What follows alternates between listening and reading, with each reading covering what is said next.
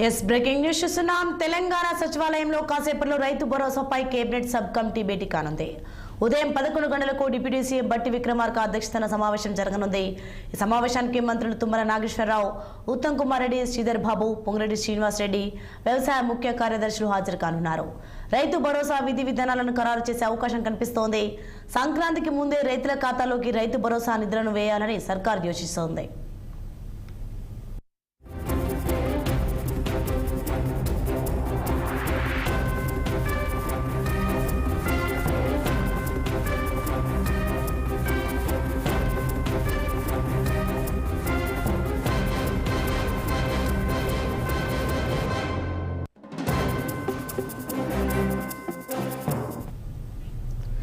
Yes breaking news చూస్తున్నాం. తెలంగాణ సచివాలయంలో కాసేపట్లో రైతు భరోసాపై కేబినెట్ సబ్ కమిటీ భేటీ కానుంది. ఉదయం 11 గంటలకు డిప్యూటీ సీఎం బట్టి విక్రమార్క అధ్యక్షతన సమావేశం జరగనుంది. ఈ సమావేశానికి మంత్రులు తుమ్మల నాగేశ్వరరావు, ఉత్తమ్ కుమార్ రెడ్డి, శ్రీధర్ బాబు, పొంగిరెడ్డి శ్రీనివాస్ రెడ్డి, వ్యవసాయ ముఖ్య కార్యదర్శులు హాజరు కానున్నారు. రైతు భరోసా విధి విధానాలను ఖరారు చేసే అవకాశం కనిపిస్తోంది. సంక్రాంతికి ముందే రైతుల ఖాతాలోకి రైతు భరోసా నిధులను వేయాలని సర్కార్ యోచిస్తోంది. ఇక ఇదే అంశంపై మరింత సమాచారం మా పొలిటికల్ బ్యూరో చీఫ్ రాము ఫోన్ లైన్ అందించే సిద్ధంగా ఉన్నారు.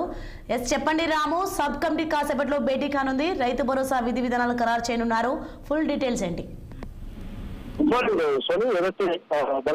తెలంగాణ రాష్ట్ర సచివాలయంలో రైతు భరోసాపై నియమించిన మంత్రివర్గ ఉపసంఘం భేటీ కానుంది. ఈ మంత్రివర్గ ఉపసంఘానికి చైర్మన్ గా రాష్ట్ర డిప్యూటీ సీఎం బట్టి విక్రమార్క ఉన్నారు. సభ్యులుగా మంత్రులు శ్రీధర్ బాబు, తుమ్మల నాగేశ్వరరావు, పొంగులేటి శ్రీనివాస్ రెడ్డి, వీళ్ళంతా కూడా ఉన్నారు.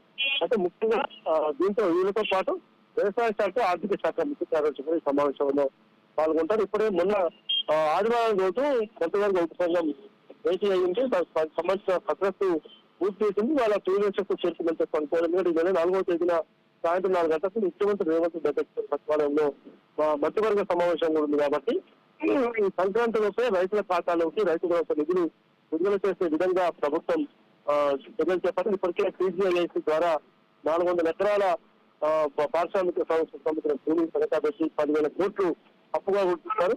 కాబట్టి రైతు భరోసా నిధులు విడుదల చేసేతో పాటు ఇప్పటికే రైతు రుణమాఫీ విషయంలో తీసుకుంటున్న చర్యలు, ఇప్పటికే తీసుకున్న చర్యలతో పాటు వ్యవసాయ కూలీలకు సంవత్సరానికి 12,000 ఆర్థిక సహాయం అంశంపై కూడా ఈరోజు వినియోగం ఖరారు చేసే అవకాశం ఉంది. ఏదేమైనా ఈ నెల 4వ తేదీన క్యాబినెట్ సమావేశంలో చాలా కీలక నిర్ణయం తీసుకొని రైతులకు సంక్రాంతి పండుగ బిజినెస్ చేసేందుకు ఈ మంత్రివర్గ పూర్తి స్థాయిలో విధిగా ఖరారు చేసే అవకాశం ఉంది.